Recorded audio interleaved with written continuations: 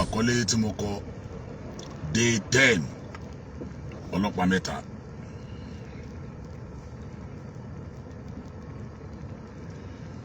Day 10 ọlọ́pàá mẹ́ta.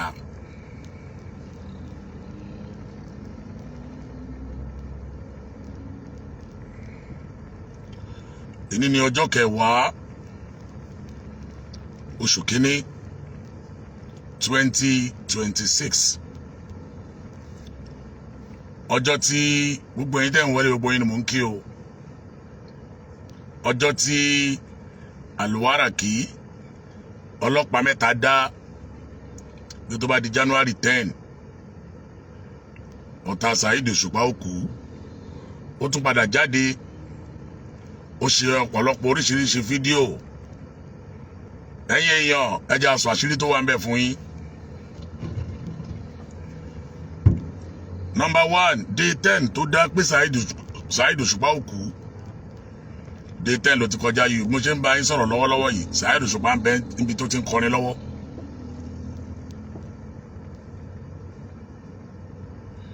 Saheed Òṣùpá ń bẹ láyọ̀ àti àlàáfíà àti dùnnú àtoríire àtàlùbáríkà. Ó ń gba owó lọ́wọ́ báyìí tí wọ́n ná owó fún níbi tó ti ń kọrin. Àṣé January 10 tọ́lọ́pàá mẹ́ta dá àti Saheed Òṣùpá tó fi pa owó, yóò tó máa fi gbowó ńláńlá ni. Ẹjọ́ ẹ má bínú o, wọ́n bá mi fọ mọ́tò lọ́wọ́ ni mo kàn sáré fẹ́ ṣe because àdúgbò tá a lọ lénìí, àdúgbò yẹn ó ní bó ti jẹ́. Mọ́tò wa dàbí ẹni wípé inú canal la ti ń bọ̀. Tí n bá gbèrú mọ́tò yìí wọlé mi, tí n bá gbé dé estate mi, tẹ́ ń gbé wọlé àwọn ará estate yóò mọ̀ wípé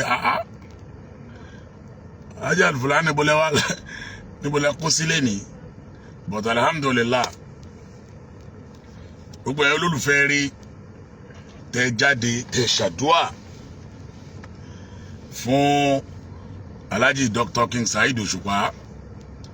Ìdùnnú òní wọ́n lé yín, ayọ̀ àtàláfíà a máa jẹ́ tẹnìkọ̀ọ̀kan yín náà o. Àwa náà ò ní rogun ikú òjijì o. Saheed Òṣùpá ń bẹ láyọ̀ àti àlàáfíà o. But ọlọ́pàá mẹ́ta ó wá jáde, ó ṣe ọ̀pọ̀lọpọ̀ fídíò.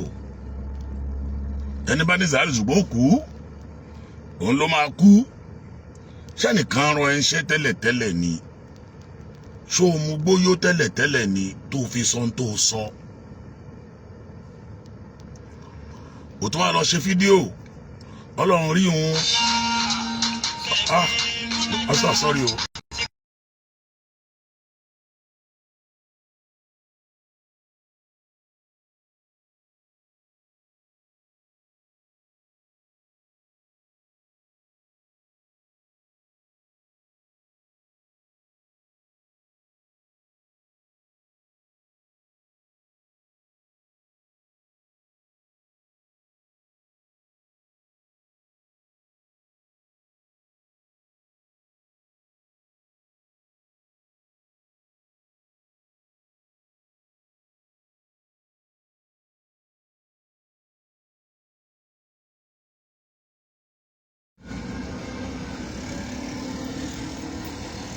Ẹjọ́ ẹ má bínú, kọ́ọ̀lù kan ló wọlé fún mi.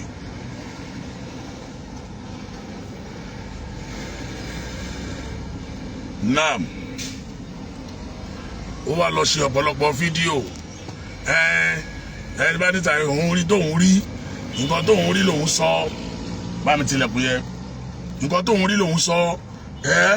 Òun ríran ni. Ọlọ́run fi rán òun. Ìgbélé ẹni tọ́lọ́run fi rán tí ò fi dúró. Ìgbẹ́ tó sọ. Ìgbélé ẹni tí ó yẹ kíní kan tí ò sọ. Ó sàsọ oríṣiríṣi. Ó sàtún oríṣiríṣi story. Àníṣẹ́ nígbà tí ó kọ́kọ́ ṣe fídíò yẹn, kí ló rọ́lù ẹ̀ wáì tó ríran sí ayé ara rẹ káyé rẹ kọ́kọ́ change kọ́kọ́ nítumọ̀.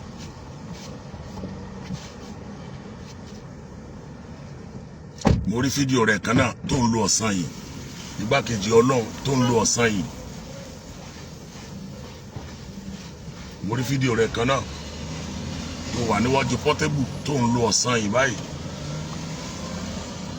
Mo tún wá rí fídíò rẹ̀ kan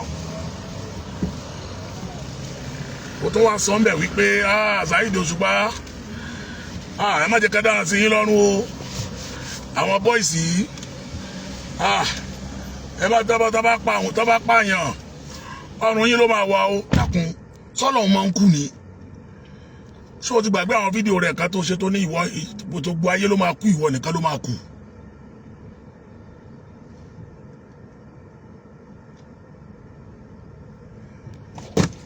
Ó ní gbogbo ayé pátápátá ló máa kú o ìwọ ọlọ́pàá mẹ́ta nìkan ló máa kú. Why tí o tún wá ń bẹ̀rù kú ẹ má jẹ́ kí wọ́n ṣèyàn léṣe àwọn bọ́ìsì yìí ẹ má jẹ́ ká ṣèyàn léṣe síyàn lọ́rùn o ọlọ́pàá mẹ́ta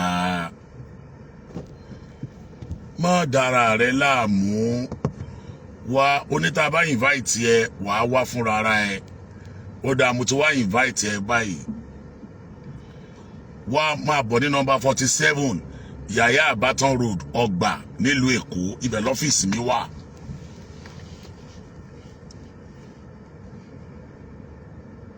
Oníwàrà kí Saheed Òṣùpá jáde tó yẹ Saheed Òṣùpá kọ́ ló rán wọn Saheed Òṣùpá tó yẹ pé wọ́n kọ́ ló rán wọn tètè jáde o káwọn ọmọ Saheed Òṣùpá kó jáde láti wá ṣe kíni. Ìwọ tó ríran lájọ àkọ́kọ́ ẹni tó mọ ìsìn jẹ àmọ́ kó ronú ẹ̀ yọ àìbò náà ṣe máa ń pòwe. Kí ló kan Saheed Òṣùpá pẹ̀lú tiẹ̀? Kí ni Saheed Òṣùpá fẹ́ jáde láti wá ṣe? Okay. Kí Saheed Òṣùpá sọ pé òun kọ́ lòun ráwọn èèyàn sáwọn èèyàn wá ọ ni sọfẹ́ mú ẹni.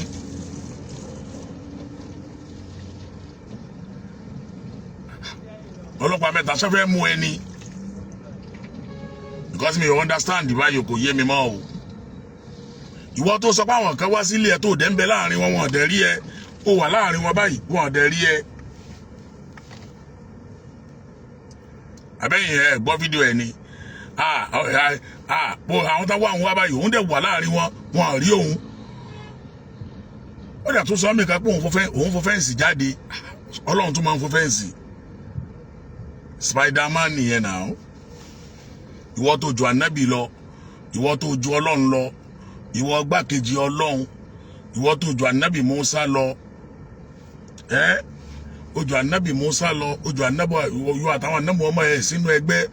Ó tún ṣe fídíò kan oníwà àtànábì ọmọ ìwọ ní gbákejì ànábì wa Muhammad. Ó ṣe fídíò kan ó ní kò sí àáfà tó tó ọ láyé kò dẹ̀ sí àáfà tó lè tó ẹ. Ó ní gbogbo wòlíì tó ti kú láyé wọn ò tó ẹ. Kudusi Abdul Kudus Alwaraki ọlọ́pàá mẹ́ta ọmọ Rafiu ní Ṣakí.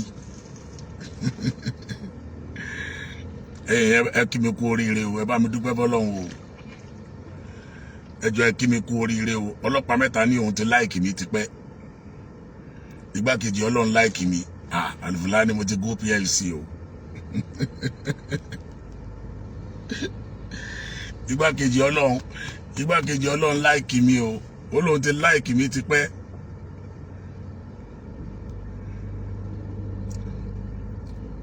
Abdul Kudus ọlọ́pàá mẹ́ta January 10 la wà yìí o. Olóò ti ṣàdúà olóò ti pẹran ìgbà tó máa pẹran ṣé Alwaraki ọlọ́pàá mẹ́ta náà ló dákọ sí ẹran tó pa.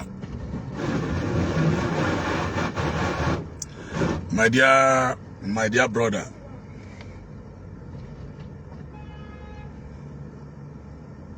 latest rèé o ẹ̀yin èèyàn wa mo sọ fún ẹ ọlọ́pàá mẹ́ta o wàláhì mo sọ fún ẹ o. Síwájú kí n tó máa sọ̀rọ̀ lọ wọ́n sẹ́ndì fídíò ọmọ kékeré kan sí mi lórí TikTok. Ọmọ yẹn ń gbé fọ́tò mi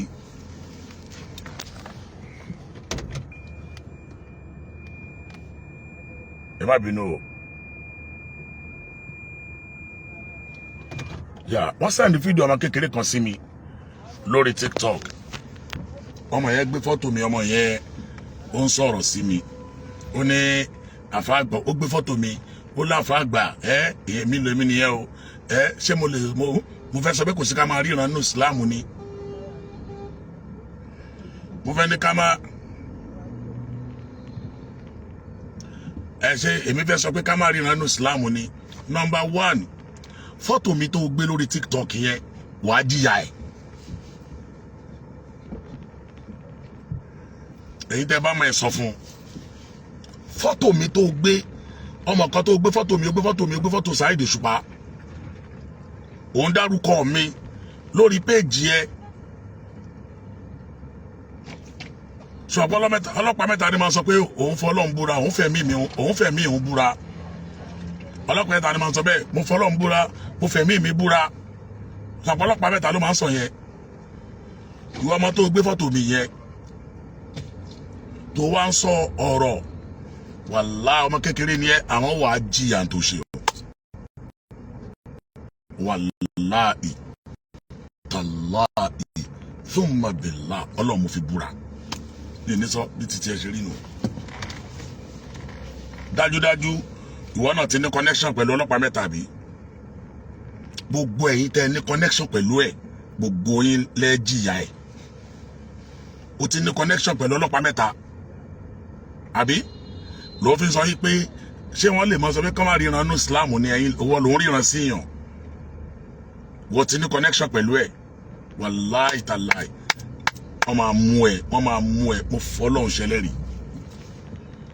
gọ́ọ̀tì tó ní láti gbé picture mi láti máa sọ̀rọ̀ pé ńgbà náà ṣé mi sọ pé ńgbà náà yìí pé kíni, àwọn èèyàn tó wá ń kọ́mẹ̀ntì lábẹ́ ẹ̀ fún ẹ more wisdom. Wá wá rí bóyá more wisdom ni o, bóyá more azabu ni o, wá rí mi ní sọ jù bẹ́ẹ̀ lọ bí tiẹ̀ ṣe rí nìyẹn.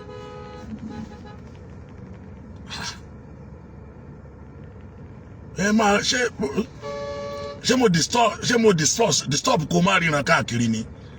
O lè máa ríran, o lè ṣe fídíò láì dárúkọ mi náà, o lè ṣe fídíò láì gbé fọ́tò mi náà, o lè ṣe fídíò láì dárúkọ mi, o lè ṣe fídíò láì gbé fọ́tò mi. Kí ni connection tèmi àti ẹjọ́ ní papọ̀ tó connect wa tó fi wá gbé fọ́tò mi papọ̀?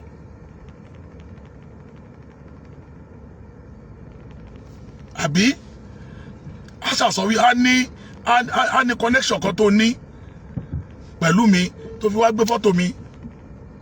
Mi ò ní sọ síyẹn jù bẹ́ẹ̀ lọ. Ọlọ́pàá mẹ́ta ti sọ wípé gbogbo ẹni bá ti ní Saheed Òṣùpá máa kú báyìí o, ẹni yẹn ló máa kú o. Nígbà tó já sí wípé nígbà tó rí pé wọ́n fẹ́ mú òun, èmi wàá mọ àwọn tó fẹ́ mú o. Ó dẹ̀ ti sọ, ó ní ká jọ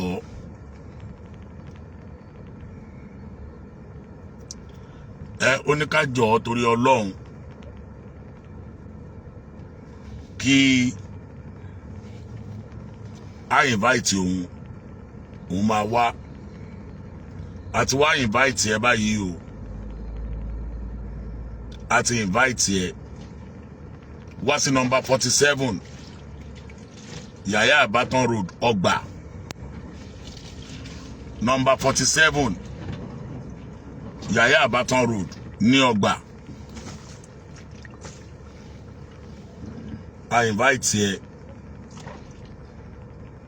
tó bá ti wá, àmọ́ mo mọ̀ dájúdájú pé wọ́n á ti pè ẹ́ lénìí, wàláhì mo mọ̀ wọ́n á ti pè ẹ́ tóró ti kó bá èèyàn. Ẹni tó dẹ̀ kó bá ẹni yẹn ń bẹ lọ́dọ̀ àwọn ọlọ́pàá báyìí wàláhì tàláhì thumma billah. Kódà Commissioner of Police Lagos State kọ́ ló ń jọ nínú àánú ẹ̀, kọ́ ló má jẹ́ kó bàjẹ́ fún wọn.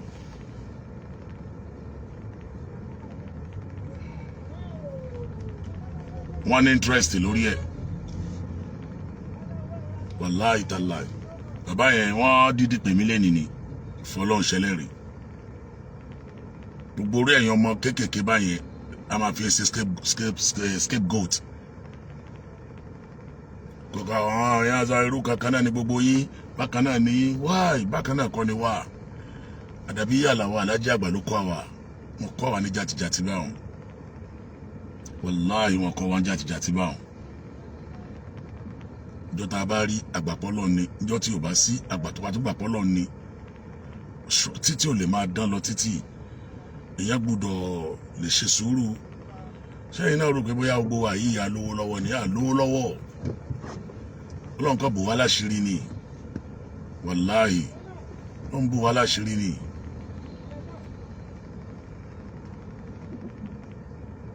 Islamically ọlọ́run ò faramọ́ ká sọ Islam ò faramọ́ ká mọ ríran òṣìkan síyàn ìwọ tó sọ̀rọ̀ yẹn wípé ṣé ẹ wá ríran síyàn ni ẹ máa ríran káàkiri ríran síbi tó wà ti ṣàgbákò ibi ìran lélẹ́yìí rí níṣẹ́ ló ṣàgbákò yìí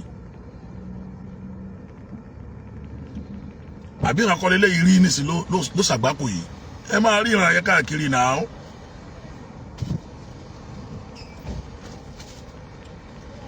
ẹ̀yin òbí ẹ jọ̀ọ́ ẹ fọmọ yín létí ẹ mọ irú àfáà tọmọ yín ó tẹ̀lé ẹ mọ irú àfáà tọmọ yín máa tẹ̀lé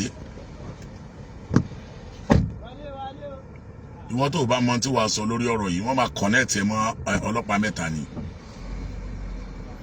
wọ́n á kọ̀nẹ́ẹ̀tì ẹ mọ́ ni tó bá ti mọ tí wàá sọ lórí ẹ̀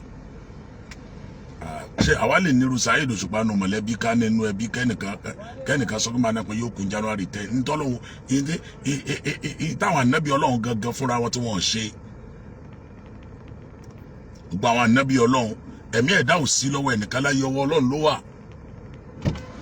kẹ́nìkan máa sọ pé gbà báyìí ló kú ọlọ́run sọ́nú Al-Qur'an fún wa wípé bismillahir rahmanir rahim wani wa ma tadri nafsun bi ayi ardi tamut Ọlọ́run bá bọ̀ yín bá bọ̀ in tí ó ṣẹlẹ̀ lọ́la masa taksibu gadan in tí ó ṣẹlẹ̀ lọ́la Ọlọ́run sọ pé òun ò fi sọ́dọ̀ ẹnìkan ọwọ́ Ọlọ́run ló wà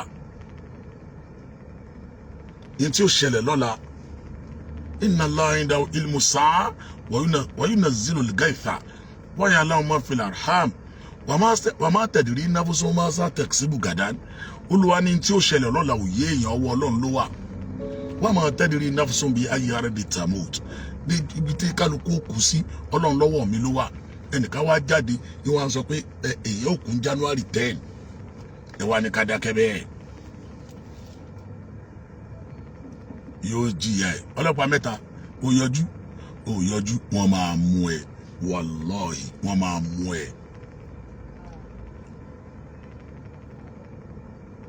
wọ́n máa mú ẹ ajánásì rẹ ọmọ ọlọ́mọ Abdulsalam ọmọ tí ń jánásì ẹ fún ẹ ọmọ bàbá wẹ̀dà pé bàbá rẹ ń tì pé mo bàbá rẹ wà ẹni tí ò bá ti kọ́mọ ẹ nítorí wọn máa rí nìyẹn wọ́n fọmọ rẹ lẹ̀ ń tẹ̀lé lórí burúkú innal qarina bil qarini yaqtadi ọmọ tó ń jáná sí fún yín ọmọ Abdulsalam yẹn wọ́n délé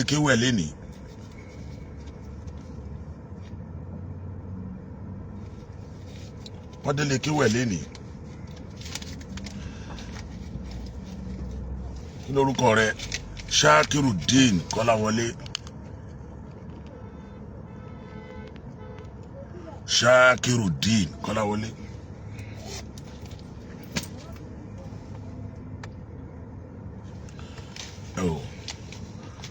kọ́lọ̀ ọlọ́jọ́ yìí ni kó ṣàánú wa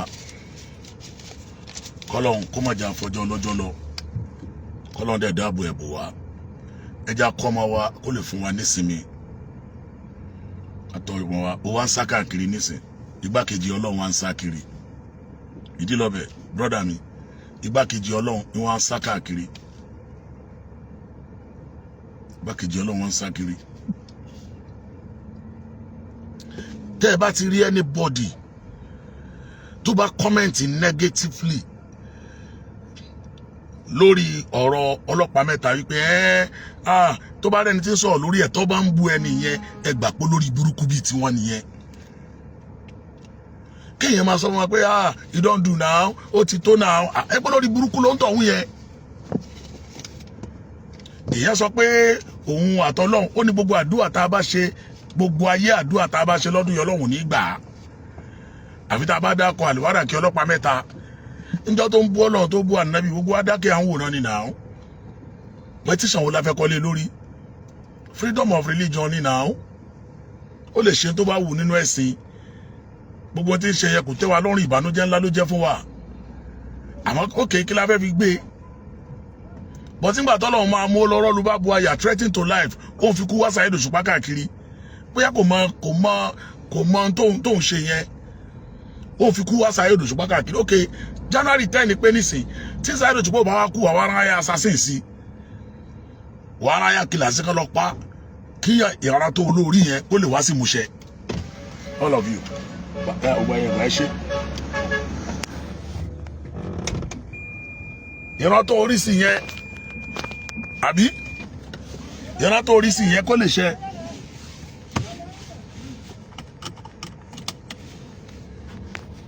wàá wá síbí wàá wá kọ́mẹ́ǹtì tí ò dáa wàá wá síbí wàá kọ́mẹ́ǹtì tí ò dáa pé ó ti tó náà olórí burúkú yín tó bá já sí pé ẹbí yín ni Saheed Òṣùpá tó gbọ́n ló ń bọ yín ló ń bọ fámìlì yín ló ń sọ nígbà tí Saheed Òṣùpá ń bá mi sọ̀rọ̀ lénìí in fact gbogbo ẹ̀dákẹ́dá láyé tó bá sọ̀pọ̀tì ọlọ́pàá mẹ́ta àbí àlùwárà kí lórúkọ ẹni lórí ọ̀rọ̀ yìí wọ́n ò ní látúbọ̀tán rí ò ní látúbọ̀tán rí ìyá lè ní Saheed Òṣùpá kó tó bá rí nígbà tí ayé ti ẹgún ò nítumọ̀ ẹni ayé ò nítumọ̀ ni ó máa sọ pé ó ti pọ̀jù náà ó ti tó náà ayé rẹ ò nítumọ̀ ò ní tó fẹ́ fayé rẹ ò lára tó fẹ́ fayé rẹ dá àbí kí ni kú Saheed Òṣùpá ní ṣe fún wa kí ló bá dà fún wa báyé tiẹ̀ náà ṣe nítumọ̀ rẹ ṣé ta ló sọ pé ayé rẹ ò lè nítumọ̀ lọ́la.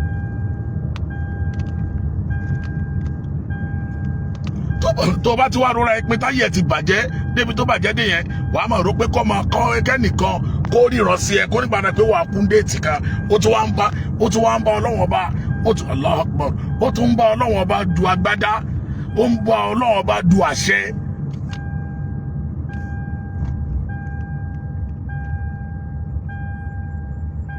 bọ́lọ̀ àwọn tó ń bá fẹ́ ṣe tọ́lọ́wọ́ tó bẹ́ẹ̀ kó má ṣe ni. àwọn èèyàn wá jáde wọ́n wá sọ̀rọ̀ ìwọ kan wá débi wá ní ó ti pọ̀ jù náà tó ti tó náà sórí pé lórí burúkú ni ẹ́ sórí pé lórí burúkú ayé àtọ̀run ni ẹ́ ayé rẹ̀ ò nítumọ̀ nìyẹn o ayé rẹ̀ ò nítumọ̀ o ẹni tó ń fi kú wáyàn kiri wáyì tí ò ríran sí ẹni tí ò dáa fún wáyì tí ò ríran wá jẹ́ pé ìran wèrè ìran òṣì ní rí káàkiri kò ríran pé ẹ̀ máa dolówó kẹ̀rí ẹ̀ pé ẹ̀ máa dọlọ́lá abẹ́ ẹ̀ máa tó ń pè ní kéèyàn kọ́ ikú ni hadimu lazat àgbà kí gbogbo ara máa kú nítòótọ́ sẹ́ni tó wáyé tí ò ní máa kú ẹ̀sìn mélòó la ti rí ṣe dáadáa mélòó la ti rí ṣe.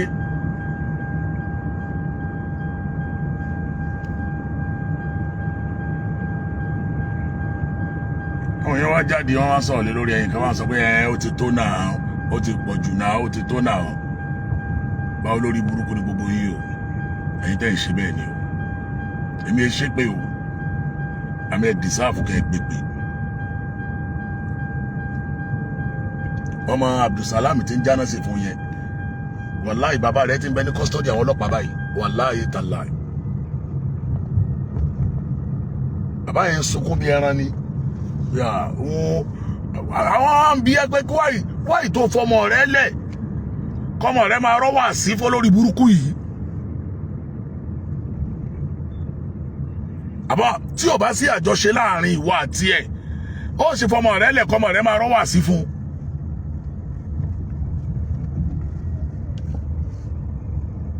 ìmọ̀ bẹ́ẹ̀ understand ọmọ tó bínú ẹ báwo la ọmọ àfa òbí òṣè ní mọlé kéwù tọmọ rẹ ń lọ lápèjúwe ó ní mọ skul tọmọ yẹn ń lọ dájúdájú ìwọ tó fọmọ rẹ lẹ̀ tọmọ rẹ ń rọ́ wá sí fún ọlọ́pàá mẹ́ta ó fẹ́ kọ́mọ rẹ náà dàbí ọlọ́pàá mẹ́ta ni nàá ọmọ yẹn dé máa rọ́ wá sí àwọn bàbá sọ yí pé àwọn ìdúgbàkejì ọlọ́run àwọn bàbá sọ pé iná àwọn bá ṣe lọ́lọ́run ó ṣe àwọn bàbá sọ pé ṣerú ọmọ kékeré báyẹn ṣerú tó yẹ ká máa rọ́ sí lọ́pọlọ nìyẹn. alimu awladakum islamakum liyukimu ba'dakum atharakum ṣerú ọmọ kékeré yẹn ṣerú tó yẹ ká máa rọ́ sọmọ yẹn lọ́pọlọ nìyẹn. ìwọ òbí ó dẹ̀ fọmọ rẹ lẹ̀ ó dẹ̀ wọ́n á dẹ̀ jọ sẹ́ẹ̀tì kámẹ́rà sójú òun àtọlọ́pàá mẹ́ta. Yorùbá ní àgùntàn tó bá bájá rìn yóò ṣe kíni yóò jẹ̀gbẹ́. ṣé ń tọ́mọ rẹ̀ ń wí jáde látara ń tọ́lọ́pàá mẹ́ta ń sọ jáde yẹn sí ọ̀rọ̀ oríire tó lè jẹ́ kọ́mọ gẹ́ sóríire nìyẹn.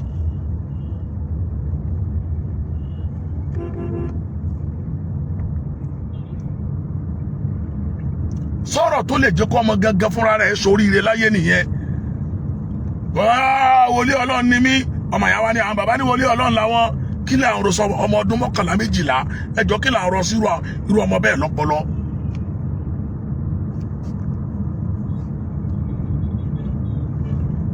ọmọ ọdún 11 ọmọ ọdún 12 kí lè àwọn rọsí irú ọmọ bẹ́ẹ̀ lọ́pọlọ.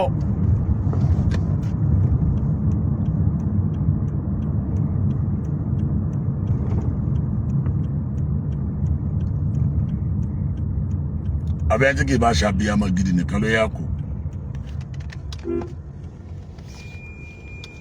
báwa náà bímọ ọlọ́mọdé kọ́ ọmọ wa yá yàkúyà. Òní ni 10 of January Sulaiman Lukman Ayinde òní ni 10 of January now òní ni 10 òní ni ọjọ́ 10.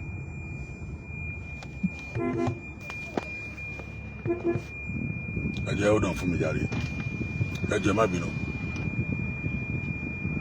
Mr. Kola ṣáà ti ta lé yẹn ni. o ti ta. èlò náà pé.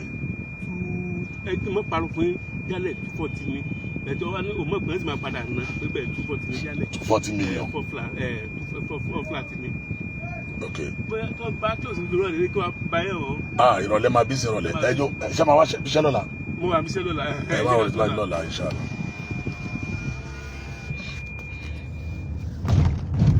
ìbára náà bímọ Ọlọ́run má jẹ́ káwọn ọmọ wa kí wọ́n yà yàkúyà bá dúró ta ń gbà nìyẹn.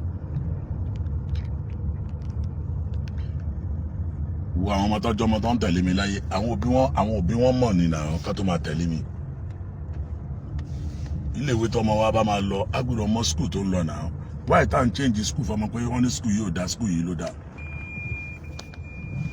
wọ́n á já sí pé àáfàá ni.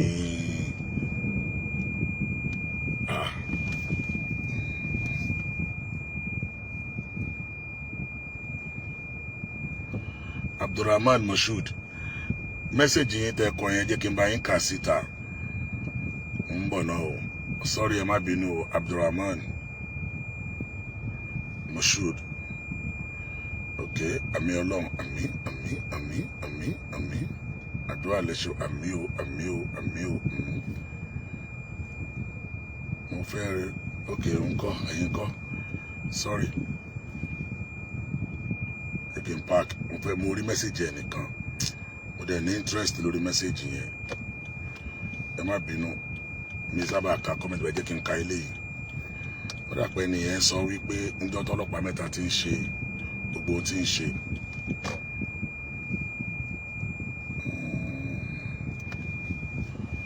ẹ má bínú o let me park mo ní interest lórí mẹ́sẹ̀jì ẹ̀ nìyẹn ó dà bó ti lọ sálẹ̀ okay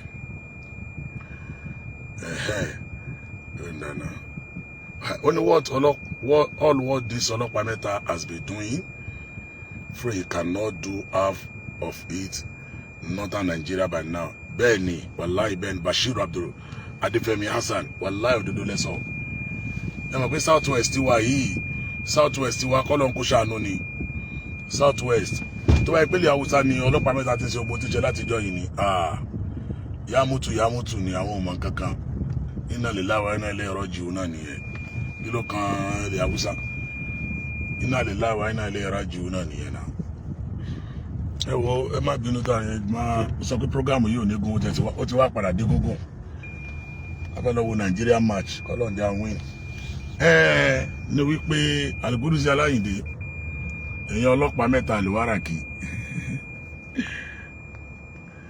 Kazai mo ti sọ́ọ̀lẹ̀ Kazai tó máa ń kọrin lọ́wọ́ òun wà ní ṣò tó ń kọrin lọ́wọ́ báyìí ní tiẹ̀ bá alhamdulilayi ọlọ́pàá mẹ́ta oníká invite ẹ pé wá sí number 47 Yaya Abatan Road Ọgbà nílùú Èkó wá jẹ́jẹ́ tó bá wá jẹ́jẹ́ ìwọ̀nba ni ó máa mọ̀ àmọ́ pé ká má ṣe ẹ lè ṣe wàláì wọ́n wá ẹ Ọlọ́run mo fi búra o mo sọ mi ò ní tàn ẹ wàláì wọ́n wá ẹ kò dẹ̀ síbi tó lè háìdì sí wọ́n máa mú ẹ ẹni Ọlọ́run ò lè mú Ọlọ́run ò tí ì ṣẹ̀dá ẹ ìgbákejì Ọlọ́run lẹ́nu rẹ wọ́n máa mú ẹ ìgbákejì Ọlọ́run lẹ́nu rẹ wọ́n máa mú ẹ ó ní tí wọ́n bá invite ẹ wípé wà wá jẹ́jẹ́ ó dáa tí wá invite ẹ tó bá dijọ́ Monday by 10 a.m.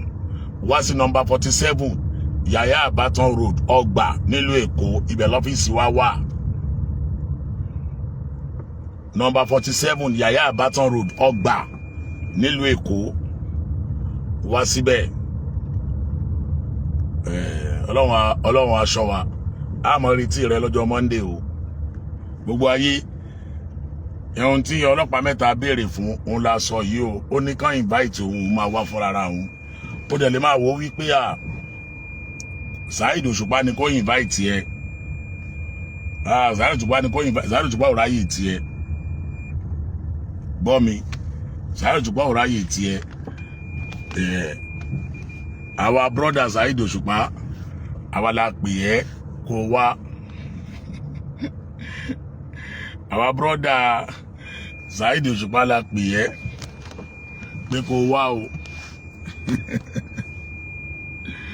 o ti gbọ́ ṣé Saheed Òṣùpá ṣe fídíò pé nǹkan kò gbọ́dọ̀ ṣe wọn ààrẹ Ghali mú kí yín o nǹkan kò gbọ́dọ̀ ṣe wọn o Saheed tètè jáde o káàbọ̀ ìsìn má lù ẹ̀ ń pa o kò sẹ́yìn tí ó lù ẹ̀ pa àwa la invite ẹ wá sí number 47 Yaya Abatan Ọgbà nílùú Èkó tó bá dijọ́ Monday tó bá ẹ lọ wá ṣe gate fún mi tó bá di ọjọ́ Monday ṣé o ti gbọ́ àwọn máa retí ẹ tó bá dijọ́ Monday mo mọ̀ pé o lè máa wo fídíò yìí àbí kó padà send ẹ̀ sí ẹ ọlọ́pàá mẹ́ta àjà wá tó bá dijọ́ Monday àwọn òkú ti sọ pé o ti láìkì mi ti pẹ́ o lè má wà láìkì mi má báyìí o you understand wá tó bá dijọ́ Monday ká kàn ṣe meeting brief meeting ká ṣe family meeting ọmọ Ṣakí kúkú ni ẹ Ṣakí ọmọ Ògún ọ̀rọ̀ ké àgbẹ̀dẹ ọ̀rọ̀ kí náà máa ń pè àgbẹ̀dẹ ọ̀rọ̀ bàbá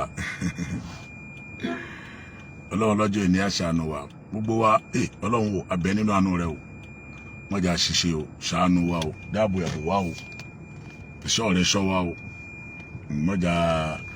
mọ̀jà bá wọn kókó òjijì o ọlá àti tóbi Ọlọ́run Saheed Òṣùpá máa ṣayé ẹ lọ gbára Ọlọ́run igba ọdún báyìí ọdún kan ni ẹ̀mí gígùn àtàláfíà kọ́lọ́n bá mi yọ̀ǹda rẹ̀ fún ẹ àti gbogbo wa náà lápapọ̀ láwùlẹ̀ wà láàkú wátá ilà abilà ilẹ̀ àlè yìí làzìm ọlọ́pàá mẹ́ta àwọn èèyàn náà ò ní wá àwọn èèyàn kọ́mẹ́ǹtì pé ò ní wá wọ́n á fẹ́ kó bá mi dójú ti kọ́mẹ́ǹtì wọn Alikudusi Aláyìndé wọn láyé ti sú wèrè ayé ò tí ì sú o wá tó bá ti di ọjọ́ Monday wọ́n ló ní ká invite ẹ pé wàá wá ó náà ń lé ẹ káàkiri wàláì wọ́n dẹ̀ ń lé ẹ kiri tòótọ́ wàláì ọgbọ́lọ̀ mo fi búra wàláì wọ́n lé ẹ kiri ṣùgbọ́n tó bá dijọ́ Monday wá number 47 Yaya Abatan Road Ọgbà number 47 Yaya Abatan Road Ọgbà nílùú Èkó wá tó bá dijọ́ Monday láago mẹ́wàá àárọ̀ ní ọjọ́ Monday a máa retí ẹ ọ́fíìsì wa nìyẹn yàrá Ṣakí ẹ̀yà wàláì ìlú Ṣakí ìlú rẹ ni àwọn ẹni rẹ náà jọmọ ọbẹ̀ wàláì tàláì Ṣakí ìlú àlùbáríkà nílùú Ṣakí wàláì tàláì gbogbo àwọn ọmọ Ṣakí tí mo mọ̀ pátápátá wàláì ẹni rẹ ni wọ́n ẹni àlùbáríkà ni wọ́n ò wàláì tàláì. Ìlú Ṣakí wàláì ìlú oríire ni ìlú àlùbáríkà ni. a máa rí tí ẹ tó bá ti jọ Monday ọlọ́pàá mẹ́ta àwọn èèyàn kọ́mẹ́ǹtì wọn lò ní wá but mo fẹ́ kó jẹ́wọ́ ọmọ ọkọ bá mi disgrace kọ́mẹ́ǹtì wọn bá mi dójú ti kọ́mẹ́ǹtì wọn jẹ́ máa ka àwọn èèyàn tí wọ́n kọ́ tọ́ lò ní wá Ahmed Salawudeen Ọládìméjì wọn lò ní wá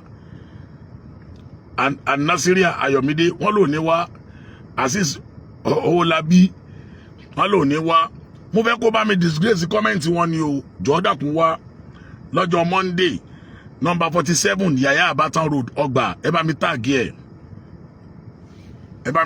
ẹ mo fẹ́ kó wá kájọ sọ̀rọ̀ ó lè máa wá sọ ó lè padà ṣe fídíò mi kò ní Saheed Òṣùpá gangan ni kó sọ̀rọ̀ Saheed Òṣùpá ò ní sọ̀rọ̀ o òdodo mo sọ kò ní sọ̀rọ̀ wá Alfulany Alhaji Alfulany tó láìkì dáadáa èmi ni mò ń sọ̀rọ̀ yìí dákun wá àwọn èèyàn lò ní wá Ọlọ́fà Ahmed Ala lò ní wá dákun wá o Ọlọ́run ó sọ wa Ọlọ́run of London lò ní wá Murtala Muhammed Ọlọ́run gbọ́ wọn lò ní wá ẹ ṣe sọ pé kò ní wá báyìí wá kí ló dá yín lójú pé kò ní wá ànàbíà kò ní wá báwo ó máa wá mo wà lórí program Mubarak ó máa wá inshallah Ọlọ́run ó sọ wa ju Monday lọ tó bá di aago 10 wá sí number 47 Yaya Abatan Road ọgbà inshallah àmọ́ retí rẹ o salamu alaykum. tí wọ́n bá ti ń retí ikú Saheed Òṣùpá ní èní tó jẹ́ on the 10th of January 2026 yìí ẹ̀mí mímọ́ kó lọ dáná kú sílẹ̀ fún wọn bí ó yá ẹ lọ sọ́dí àdúrà.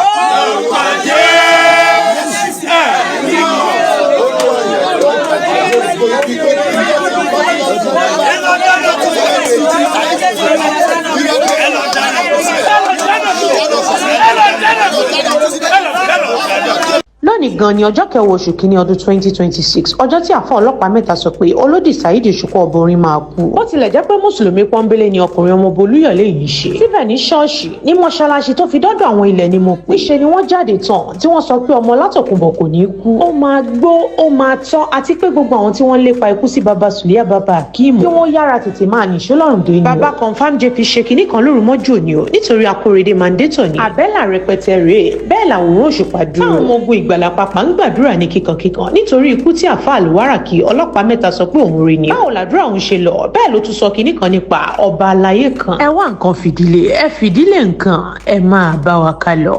àwọn àdúpẹ́ bàbá àwọn àdúpẹ́ ọmọ ẹni mímọ́ ẹ ṣé tìrẹ ní ògo. àwọn àdúpẹ́ bàbá àwọn àdúpẹ́ ọmọ ẹni mímọ́ ẹ ṣé tìrẹ ní ògo. Amen. ẹ jẹ́ a gbàdúrà gẹ́gẹ́ fún tó ló wá sọ. Amen. àwọn kan sọ pé Saheed Òṣùpá wọ́n ní ọjọ́ ìní on the 10th of January yìí wọ́n ló máa kú. àwa wá lọ sọ́dọ̀ Olúwa náà pé tó ń pariwo àlà tó ń fi Kùránì búra wípé sẹ́ àló máa ọ̀gbẹ́ni máa kú lé ní kí ni problem ẹ̀. àwa náà wá lọ bọ́ Olúwa ṣé bó ṣe máa rí nìyẹn. Olúwa ní kò rí bẹ́ẹ̀ ṣùgbọ́n Olúwa ní ká gbàdúrà nítorí pé àwọn tẹ́ ẹ rí yìí wọ́n máa ń ti fi nǹkan banu kí wọ́n tó ṣe kí ni nǹkan tó sọ̀rọ̀ síta. ẹ jẹ́ ká porúkọ Jésù lẹ́ẹ̀mẹ́ta. gbogbo ibikíbi tí wọ́n bá ti ń retí ikú Saheed Òṣùpá ní èní tó jẹ́ on the 10th of January 2026 yìí ẹ̀mí mímọ́ kó lọ dáná kú sílẹ̀ fún wọn bí ó yá ẹ lọ sọ́dí àdúrà.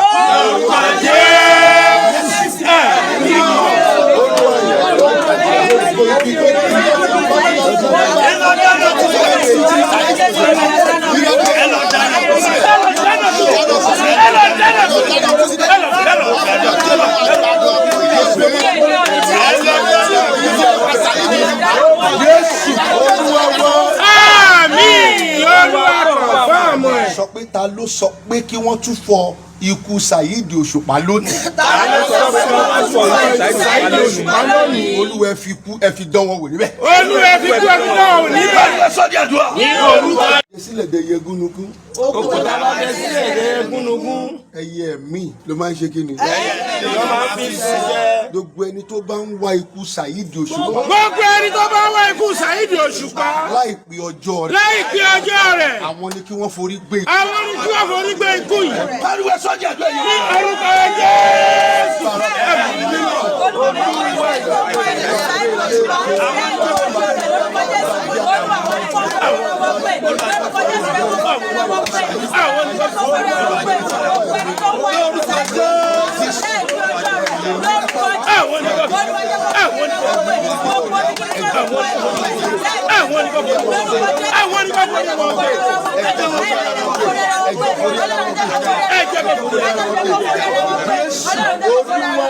Àmín. Olúwa confirm ẹ̀. Ẹ sọ fún Olúwa pé lẹ́yìn tèmi on the 10th of January. On the 10th of January. Ohun tí wọ́n lérò pé ó máa ṣẹlẹ̀ sọ́gbẹ́ni yìí. Ohun tí wọ́n lérò pé ó máa ṣẹlẹ̀ Saheed Òṣùpá. Kò gbọ́dọ̀ ṣẹlẹ̀. Kò gbọ́dọ̀ ṣẹlẹ̀. Pariwo sọ́jà tó yẹ. Ní orúkọ Jésù.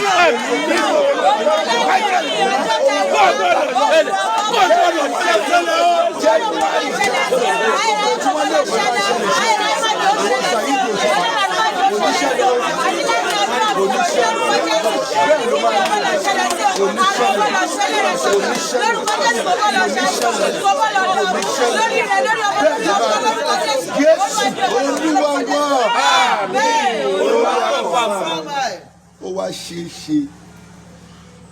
ṣe lónìí kí ọba olókìkí kó kú. Mo fi ẹni tó dá ayé òun àti ọ̀run gbà. Mo fi ẹni ìtẹ̀rí tó jẹ́ on the 10th of January 2026. Ẹ lọ kíyèsí ẹ̀ dáadáa gẹ́gẹ́ bó t'Olúwa fi wọ̀n wá. Mo fi ẹni tó dá ayé, ó ṣeé ṣe kí olókìkí kan kó ṣe kí ni kó padà lọ, ṣùgbọ́n ẹ pariwo jáde ẹ̀mí ikú, ẹ sọ bẹ́ẹ̀. Ẹ̀mí ikú. Nínú ayé Saheed Òṣùpá. Nínú ayé Saheed Òṣùpá. Ó yá jáde. Ó yá jáde.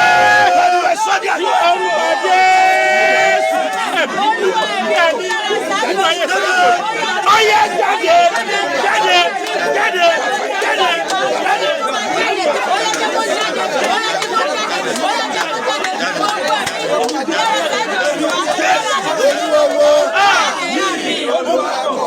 Orúkọ Jésù. Ṣàmì orúkọ Jésù. Mo wí pẹ̀lú àṣẹ tó wà lẹ́nu. Saheed Òṣùpá, ẹni bá ránṣẹ́ kú sí ọ lónìí on the 10th of January 2026, ẹni tó bá ránṣẹ́ kú sí ọ lónìí nínú ìdílé irú ẹni bẹ́ẹ̀ lórúkọ Jésù, àyájọ́ ìní ni kó máa gbé òkú sí. Ó di àṣẹ. Mo wí gbólóhùn àsọtẹ́lẹ̀ kejì.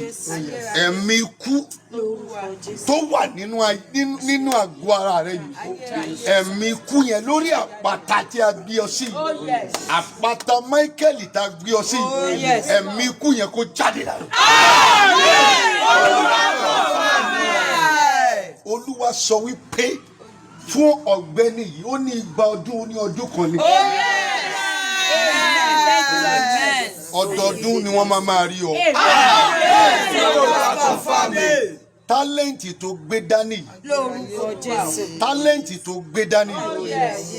Lórúkọ Jésù láìpẹ́ ọdún kò ní yíra mérùpẹ̀. Bẹ́ẹ̀ ló máa rí. Ikú yẹ̀ lórí ẹ̀. Saheed Òṣùpá ikú yẹ̀ lórí ẹ̀. Bá rí ohun tí wọ́n fi ba ẹnu, tí wọ́n fi ń sọ pé níyì gangan on the 10th of January ló máa kú. Tá a bá rí ohun tó fi ba ẹnu yẹn, ohun tí wọ́n fi ba ẹnu yẹn kó lọ bá fáyà sọ́dọ̀. ṣẹ́ mu bẹ́ẹ̀ kò yí padà bẹ́ẹ̀ lolúwa wí gbogbo àwa tá a wá gbàdúrà yìí lórúkọ Jésù a ò ní gbé tiwa sílẹ̀ lórúkọ ìkáwòdì kò dórí tiwa ní ìgbẹ̀yìn a máa yin baba lóko àṣẹ tó mú bẹ́ẹ̀ kò yí padà bẹ́ẹ̀ lolúwa wí bẹ́ẹ̀ ni wòlíì sọ Jésù olúwa wa. So Saheed Osupa.